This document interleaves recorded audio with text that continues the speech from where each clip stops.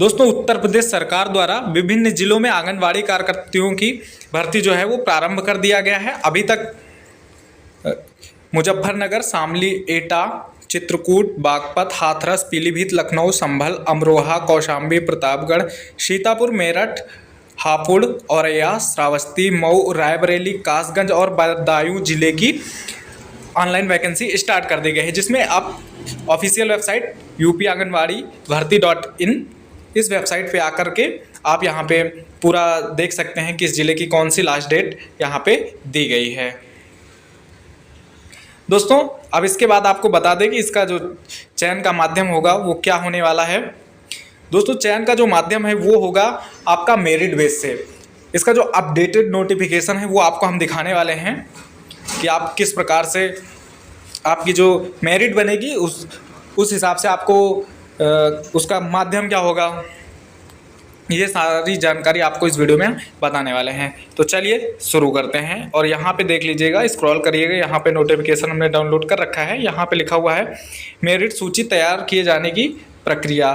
अब मेरिट सूची तैयार किए जाने की जो प्रक्रिया है, यहाँ से आप देख सकते हैं। थोड़ा सा जूम करते हैं। अब यहाँ पे लिखा है एक ही श्रेणी में एक से अधिक पात्र अभ्यर्थियों के उपलब्ध होने की दशा में सभी अभ्यर्थियों की मेरिट लिस्ट बनाई जाएगी। आंगनबाड़ी कार्यकर्ती, मिनी आंगनबाड़ी कार्यकर्ती व सहायिका के सभी पदों के लिए न्यूनतम शैक्षिक योग्यता इंटरमीडिएट या समकक्ष एवं अधिकतम शैक्षिक योग्यता पर स्नातक के आधार पर मेरिट तैयार की जाएगी।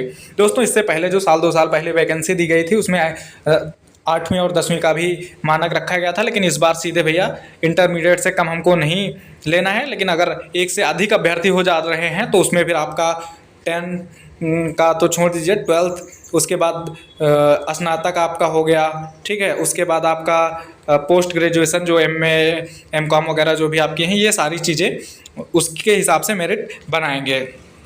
उसके बाद सेकंड नंबर है अभ्यर्थी द्वारा प्राप्त अंक प्रतिशत को 10 से विभाजित करने पर जो उत्तर प्राप्त होगा उसका वही अंक माना जाएगा। ये नंबर है।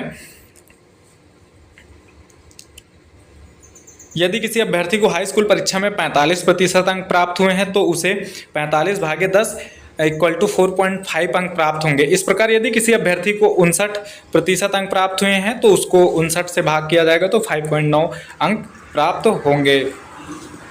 अब यहाँ पे दिया गया है दोस्तों कि आप जितने भी परसेंट हैं आपके, जैसे इंटरमीडिएट में आपका 75% है तो उसको डिवाइड कर दिया जाएगा 10 से।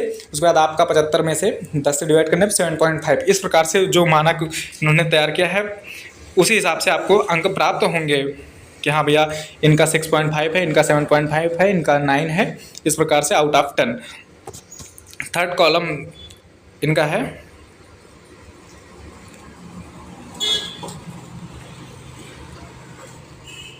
इसी प्रकार ग्रेडिंग एवं CGPA पद्धति में प्राप्त अंक भी अगणित किए जाएंगे। मेरिट सूची तैयार करने में दशमलव के 3 अंकों तक गणना की जाएगी। दशमलव के बाद के किसी भी अंक को पूर्णांकित नहीं किया जाएगा। उसके बाद चौथा कॉलम है इनका, चौथा नंबर है समस्त परीक्षाओं के अंकों को जोड़ने के पश्चात मेरिट लिस्ट तैयार की जाएगी। यदि एक से अधिक अभ्यर्थी समान अंक प्राप्त करते हैं तो अधिक आयु वाले अभ्यर्थी को वरीयता दी जाएगी। यदि एक से अधिक अभ्यर्थी के अंक व आयु भी समान हो तो अधिक शैक्षिक योग्यता वाले अभ्यर्थी को वरीयता दी जाएगी। अब यहाँ पे आप समझिएगा इनका जो कॉलम है कि अगर एक से जैसे मेरिट लिस्ट में 2 समान अंक वाले अभ्यर्थी हैं तो उसमें वरीयता किसको दिया जाएगा, जिसकी एज अधिक है 18 से 35 जो इनका मानक है फॉर्म भरने के लिए। तो इसमें क्या होगा कि जैसे कोई 18 साल वाले का 7.5 मार्क्स है और कोई 20 साल वाले का 7.5 मार्क्स है तो 20 साल वाले को वरीयता दी जाएगी इस प्रकार से। और अगर दोनों सेम एज के हैं, जैसे दोनों 20 साल के हो गए, 7.5 अंक एक ही गांव में 2 लोगों के हैं जो अभ्यर्थी हैं, या 2 लोगों के हैं, 4 लोगों के हैं, 5 लोगों के हैं, तो उसमें क्या होगा फिर आपका इंटर तो जो है इंटरमीडिएट तो मानक ही है, उसके बाद उसने स्नातक किया है या परास्नातक किया है, जिसकी ज़्यादा डिग्री होगी उसको वरीयता दी जाएगी। या फिर जैसे सबका डिग्री भी समान हो जाएगी तो उसमें फिर मेरिट जिसका ज़्यादा मार्क्स होगा उसको वरीयता यहाँ पे दिया जाएगा। उसके बाद आरक्षण यहाँ पे देख सकते हैं। आंगनबाड़ी कार्यकर्तियों और मिनी आंगनबाड़ी केंद्र की कार्यकर्तियों एवं सहायकों की नियुक्ति में अनुसूचित जाति, अनुसूचित जनजाति, अन्य पिछड़ा वर्ग, विकलांग एवं स्वतंत्रता संग्राम सेनानी के आश्रितों तथा आर्थिक रूप से कमजोर वर्गों EWS हेतु समय समय पर शासन द्वारा जारी आरक्षण से संबंधित शासनादेशों का अनुपालन किया जाएगा। दोस्तों इस प्रकार से है, यहाँ पे आपका जो मेरिट वाला है ये हमने अच्छी तरह से आपको समझा दिया गया है। फिर भी कोई डाउट है तो ये पूरी नोटिफिकेशन आप ऑफिशियल वेबसाइट से, जैसा कि मैंने आपको करके दिखाया, इस प्रकार से आप इसको डाउनलोड कर सकते हैं।